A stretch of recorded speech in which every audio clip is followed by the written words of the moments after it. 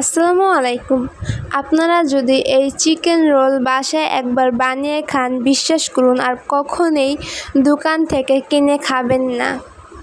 এই chicken roll একবার খেলে বারবার খেতে চাবেন। আমরা যে চিকেন রোলগুলো কিনে খাই সেগুলো নরম হয়, খেতেও বেশি ভালো লাগে না। আর এই চিকেন রোল ভীষণ মচমুচে। বিশ্বাস করবেন না, এই চিকেন রোল এতটা মচমুচে ও খেতে দারুণ স্বাদের হয়। ছোট বড় সবাই এই চিকেন রোল খেতে পছন্দ করবে। বাসায় এই চিকেন রোল বানিয়ে সবাইকে চমকিয়ে দিতে পারেন। এই চিকেন রোল ভীষণ মচমুচে হয়, খেতে তো দারুণ স্বাদের। এখন এখানে আমি একটি ডিম ভেঙে নিব। আপনারা চাইলে ডিমের পরিমাণ বাড়িয়েও নিতে পারেন। এখন এখানে আমি 1 চা চামচ লবণ দিয়ে দিব আর প্রায় 3-4 চামচ সয়াবিন তেল দিয়ে দিব। এখন আমি ডিম ভালোভাবে ফেটিয়ে নিব। এখানে আমি 500 গ্রাম আটা নিব। আপনারা যতটুকু বানাবেন ততটুকু নিয়ে নেবেন। এখন আমি এখানে পানি দিয়ে একটি খামির তৈরি করে নিব। এই খামিরটি যেরকম রুটি বানানোর জন্য খামির তৈরি করি, সেম ওরকম একটি খামির তৈরি করে নেব। শুধু এই খামিরটি হালকা একটু শক্ত টাইপের হবে। আমরা রুটি বানানোর জন্য যেরকম সফট খামির তৈরি করি, তার থেকে হালকা একটু শক্ত টাইপের এই খামিরটি তৈরি করতে হবে। অনেকেই চাপটির মতো বানিয়ে রোল বানান, সেরকম রোল বানালে রোল একেবারে নরম হয়ে যায়, খেতেও ভালো লাগে না। আর এরকম যদি রুটির মতো বানিয়ে রোল বানান তাহলে ভীষণ মচমুচে হয়, খেতেও ভালো লাগে। এখন আমি এটি ঢাকনা দিয়ে ঢেকে প্রায় 30 মিনিটের জন্য রেস্টে রেখে দেব। আর এদিকে আমি কিছু সবজি নিয়েছি। 2টি মিডিয়াম সাইজের আলু একেবারে কুচি কুচি কেটে নিয়েছি। আর পাতাকপি নিয়েছি, আমি একেবারে কুচি কুচি করে কেটে নিয়েছি। আর এখানে কিছু পেঁয়াজ কুচি নিয়েছি। আপনারা আপনাদের পছন্দ অনুযায়ী সবজি নিতে পারেন। আর এখানে আমি প্রায় 250 গ্রাম চিকেন নিয়েছি। চিকেনগুলো আমি একেবারে ছোট ছোট করে কেটে নিয়েছি। এখন এখানে আমি 1 চা চামচ রসুন বাটা দিয়ে দিব আর 1 চা চামচ আদা বাটা দিয়ে দিব। স্বাদ মতো লবণ দিয়ে দিব। আধা চা চামচ হলুদের গুঁড়ো দিয়ে দিব আর 1 চা চামচ শুকনো মরিচের গুঁড়ো দিয়ে দিব। আপনারা আপনাদের স্বাদ অনুযায়ী দিতে পারেন। আর আধা চা চামচ ধনিয়া গুঁড়ো দিয়ে দিব আর কাশ্মীর লঙ্কা গুঁড়ো আধা চা চামচ দিয়ে দিব। আমি কাশ্মীর লঙ্কা গুঁড়ো শুধু কালারের জন্য দিয়েছি, আর কাশ্মীর লঙ্কা গুঁড়ো ঝাল না, আর কাশ্মীর লঙ্কা গুঁড়ো না দিলেও হবে। এখন আমি ভালোভাবে চিকেনের সাথে এই মশলাগুলো মিশিয়ে নিব। চিকেনের সাথে মশলাগুলো মেশানো হয়ে গিয়েছে। আপনার সাথে এটি ম্যারিনেট করেও রাখতে পারেন, আমি ম্যারিনেট করে রাখবো না। এখন আমি এখানে চুলায় একটি কড়াই বসিয়েছি আর এখানে আমি কিছু তেল দিয়েছি, প্রায় 15-30 ml মতো। আর এখানে আমি 2টি এলাচের মুখ ফাটিয়ে দিব। আর আমি যে পেঁয়াজ কুচি করে রেখেছিলাম সেখান থেকে অর্ধেক পেঁয়াজ কুচি দিয়ে দিব। আর প্রায় 1 চা চামচ রসুন থেতো দিয়ে দিব। রসুন থেতো দিলে এই ঘ্রাণটা খুবই সুন্দর আসে। এখন আমি এটি হালকা ভেজে নিব। চুলার আঁচ এ পর্যায়ে মিডিয়াম টু হাইতে আছে। এখন আমি যে চিকেনগুলো মাখিয়ে রেখেছিলাম মশলা দিয়ে, সেই চিকেনগুলো দিয়ে দিব। চুলার আঁচ মিডিয়াম টু লোতে রেখে চিকেনগুলো আমি প্রায় 3 মিনিটের মতো হালকা ভেজে নিব। 3 মিনিটের মতো ভাজা হয়ে আসলে এখানে আমি প্রায় 1 চা চামচ ঘি দিয়ে দিব। ঘি দিলে এই ফ্লেভারটা খুব দারুণ আসে। আর আধা চা চামচ জিরে গুঁড়ো দিয়ে দিব আর 2টি মরিচ কুচি করে দিয়ে দিব। আপনারা আপনাদের যেরকম ঝাল খেতে পছন্দ করে সেরকম দিয়ে দিবেন। এখন আমি এতে আরও 1 মিনিটের মতো ভেজে নিব। 1 মিনিটের মতো ভাজা হয়ে আসলে এখানে আমি 1 চা চামচ চীনা বাদাম বাটা দিয়ে নিব।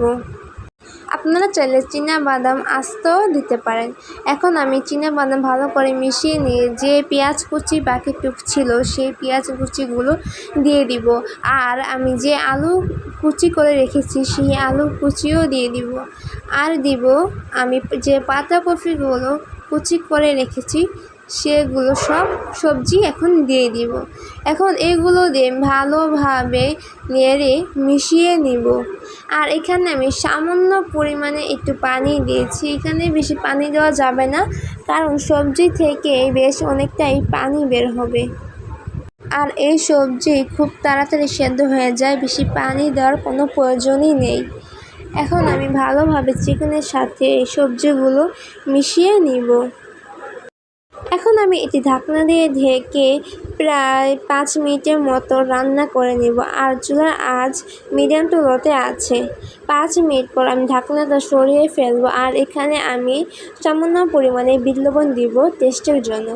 আর আমি 1 চা চামচ কর্নফ্লাওয়ার সামান্য পরিমাণে কিছু পানি দিয়ে গুলিয়ে রেখেছিলাম, সেই কর্নফ্লাওয়ারের মিশ্রণটা দিয়ে দিব। এই কর্নফ্লাওয়ারের মিশ্রণ দিলে এটি একটু আঠালো হয়, সেজন্য কর্নফ্লাওয়ার মিশ্রণটা দিলাম। আর 1 চা চামচ চিনি দিয়ে দিব। চিনি 1 চা চামচের বেশি দিবেন না, জাস্ট 1 চা চামচই দিয়ে দিবেন। এখন আমি এই মশলাগুলো ভালোভাবে মিশিয়ে নিব। আর কর্নফ্লাওয়ার দেওয়ার চেষ্টা করবেন, তাহলে এটি একটু ঘন হবে, ভালো লাগবে। এখন আমি এটি ঢাকনা দিয়ে ঢেকে আবারও প্রায় 2 মিনিটের মতো রান্না করে নিব। 2 মিনিট পর ঢাকনাটা সরিয়ে ফেলব। এখন আমি এই পর্যায়ে চুলার আঁচ নিভিয়ে দিব। আমার এই সবজির পুর রান্না করা হয়ে গিয়েছে আর সবজিগুলো সেদ্ধ হয়ে গেছে। এখন আমি এটি নামিয়ে ফেলব। আর এখানে আমি দুটি মিশ্রণ বানিয়ে নিব। এখানে আমি 2 চা চামচ আটা দিয়ে দিব আর সামান্য পরিমাণে পানি দিয়ে ভালোভাবে গলিয়ে নিব। দেখতে পাচ্ছেন এই মিশ্রণটা বেশ অনেকটাই ঘন হবে, পাতলা হলে এই মিশ্রণটা হবে না। ঘন করে একটি মিশ্রণ বানিয়ে নিব। এই মিশ্রণটা আমাদের একটু পরেই কাজে লাগবে। এখন আমি আরও একটি মিশ্রণ বানিয়ে নিব। এখানে আমি প্রায় আধা কাপ পরিমাণ আটা নিয়েছি।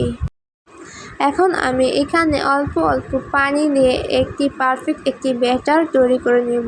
এই ব্যাটারটি বেশ অনেকটাই পাতলা হবে। দেখতে পাচ্ছেন আমি ব্যাটারটা কতটা পাতলা করে বানিয়ে নিয়েছি। একেবারে এরকম একটি ব্যাটার বানিয়ে নেবেন, এর থেকে বেশি পাতলা করা যাবে না, তাহলে হবে না। এখন আমি এটি এক পাশে রেখে দিব, এটি আমাদের পরে কাজে লাগবে। প্রায় 30 মিনিট পর এখন আমি ঢাকনাটা সরিয়ে ফেলব। দেখতে পাচ্ছেন এটি আগে থেকে বেশ অনেকটাই সফট হয়ে গিয়েছে।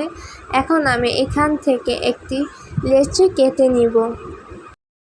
এখন আমি এটি বেলে একটি পাতলা রুটি বানিয়ে নেব। এই রুটিটি একেবারে পাতলা হবে না, মিডিয়াম একটু পাতলা হবে। আমি আপনাদেরকে দেখিয়ে দিচ্ছি আমি কীরকম করে একটি পাতলা রুটি বানিয়ে নিয়েছি। ঠিক এরকম একটি পাতলা করে রুটি বানিয়ে নেবেন, একেবারে বেশি পাতলা করা যাবে না। একইভাবে আমি বাকি রুটিগুলো বানিয়ে নেব। দেখতে পাচ্ছেন আমার সব রুটি বানানো হয়ে গেছে। এখানে আমার 12টি রুটি হয়েছে। এখন আমি এখানে একটি রুটি নিয়েছি। আপনারা চেষ্টা করবেন আগে থেকে রুটি বানিয়ে নিয়ে তারপর ভিতরে পুর ভরতে, তাহলে খুব তাড়াতাড়ি হয়ে যাবে। এখন আমি যে সবজির পুরগুলো বানিয়ে রেখেছিলাম সেখান থেকে কিছু পুর দিয়ে দিব। পুর দেওয়া হয়ে গেলে আমি হাত দিয়ে একটু লম্বা একটি শেপ দিয়ে দিব। আপনারা দেখতে পাচ্ছেন আমি হাত দিয়ে কীভাবে লম্বা করে শেপ দিয়ে দিচ্ছি, একটু মনোযোগ দিয়ে দেখে নেবেন। হাত দিয়ে লম্বা করে শেপ দেওয়া হয়ে গেলে আমি যে 2 চামচ আটা আর পানি দিয়ে যেটা ঘন একটি ব্যাটার তৈরি করে রেখেছিলাম সেখান থেকে অল্প অল্প করে নিয়ে আমি 4-5 দিয়ে লাগিয়ে দিব, যাতে আঠার মতো করে লেগে যায়। এখন আমি পাশ দিয়ে উঠিয়ে এটি মুড়িয়ে নিব। আমি যেভাবে করছি আপনারা ঠিক একইভাবে করবেন। একবার কষ্ট করে মনোযোগ দিয়ে দেখলে আপনারাও বাসায় খুব সহজভাবে এটি বানিয়ে ফেলতে পারেন। আপনাদেরকে আমি খুব সহজভাবেই দেখিয়েছি এটি বানানো। একটু কষ্ট করে মনোযোগ দিয়ে দেখে নিলে আপনিও খুব সহজেই বাসায় এটি বানিয়ে ফেলতে পারেন।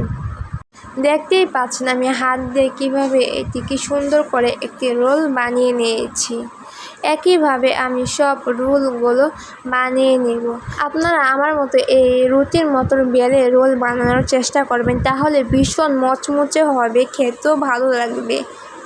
আর চাপটির মতো বানিয়ে রোল বানালে ওইগুলো একেবারে নরম হয়ে যায়, খেতেও ভালো লাগে না। আপনারা চেষ্টা করবেন এরকম রুটির মতো বেলে রোল বানানো, তাহলে ভীষণ মচমচে হবে, খেতেও ভালো লাগবে। আর আমি যে পাতলা একটি ব্যাটার তৈরি করে রেখেছিলাম, সেই ব্যাটারে এখন আমি রোলগুলো দিয়ে দিব। রোলগুলো দিয়ে ভালোভাবে এই ব্যাটারের সাথে মিশিয়ে নিব। আপনারা চাইলে এই আটার মিশ্রণের পরিবর্তে ডিম ফেটিয়েও নিতে পারেন। এখন আমি ভালোভাবে রোলের সাথে এই মিশ্রণটা মিশিয়ে নিচ্ছি। এখন আমি সাথে সাথেই তেলে দিয়ে দিব। আপনারা চেষ্টা করুন মিশানোর সাথে সাথেই তেলে এই রোলগুলো দেওয়ার জন্য, না হলে রোলগুলো একেবারে নরম হয়ে যেতে পারে। দেখতে পাচ্ছেন আমি তেলের ভিতর সাথে সাথেই দিয়ে দিচ্ছি। আর তেল কিন্তু একেবারে বেশি গরম করে নেওয়া যাবে না। দেখতে পাচ্ছেন আমি হালকা গরম করে নিয়েছি। আর এ পর্যায়ে চুলার আঁচ মিডিয়াম টু লোতে আছে। মিডিয়াম টু লোতে রেখে আমি উল্টে পাল্টে নিয়ে এটি ভেজে নিব। দেখতে পাচ্ছেন আমি এক পিঠ হয়ে আসলে আর পিঠ উল্টে আমি ভেজে নিচ্ছি। তা না হলে এক পাশ বেশি হয়ে যেতে পারে, আবার এক পাশ কমও ভাজা হতে পারে। সেজন্য বারবার উল্টে পাল্টে নিয়ে এটি ভেজে নেবেন, যাতে সব পাশে সমানভাবে ভাজা হয়। দেখতে পাচ্ছেন আমার কি সুন্দর একটি গোল্ডেন ব্রাউন কালার করে ভেজে নিয়েছি। আমার সবগুলো একইভাবে ভাজা হয়ে গেছে। এখন আমি একটি একটি করে এটি তেল ছাড়িয়ে উঠিয়ে ফেলবো। আপনারা ঠিক এরকমই কালার করে ভেজে নেবেন। দেখতে পাচ্ছেন এর থেকেও বেশি গাঢ় করে ভাজবেন না, তাহলে বেশি ভাজা হয়ে যেতে পারে। দেখতে পাচ্ছেন আমার সবগুলো বানানো হয়ে গিয়েছে। এগুলো দেখতে যেমন সুন্দর, খেতেও দারুণ সুস্বাদু হয়েছে। কেউ এই রোল একবার খেলে আপনার কাছে রেসিপি জিজ্ঞাসা করবে। এই রোলগুলো ভীষণ মুচমুচে হয়, খেতেও দারুণ স্বাদ হয়। একবার এই রোল বানিয়ে দেখতে পারেন, ছোট বড় সবাই পছন্দ করবে। আর এই রোল যদি আপনারা বাসায় একবার বানিয়ে খান, বিশ্বাস করুন কখনোই আর দোকান থেকে রোল কিনে খাবেন না। আর বাসায় এরকম রোল বানিয়ে সবাইকে চমকিয়ে দিতে পারেন। বাসায় মেহমান আসলেও এরকম রোল বানিয়ে দিতে পারেন। আর বিকালে নাস্তায় আপনারা এই সুস্বাদু রোল বানিয়ে খেতে পারেন। আর ঘরের খাবার তো খুবই স্বাস্থ্যকর হয়। বিকালের নাস্তায় বাচ্চাদের এইভাবে রোল বানিয়ে দিতে পারেন, ভীষণ মজা করে খাবে। আপনারা দেখে বুঝতে পারছেন কতটা মচমচে হয়েছে, আর খেতে তো দারুণ স্বাদ হয়েছে। যদি ভিডিওটি ভালো লেগে থাকে তাহলে লাইক অ্যান্ড সাবস্ক্রাইব করে আমাদের পাশেই থাকবেন। তাহলে আজ এ পর্যন্তই। নেক্সট ভিডিওতে আপনাদের সাথে আবারও দেখা হবে। ভালো থাকবেন, সুস্থ থাকবেন। যদি ভিডিওটি ভালো লেগে থাকে তাহলে নিশ্চয়ই কমেন্ট করে বলবেন, আর লাইক অ্যান্ড সাবস্ক্রাইব করতে ভুলবেন না। আল্লাহ হাফেজ।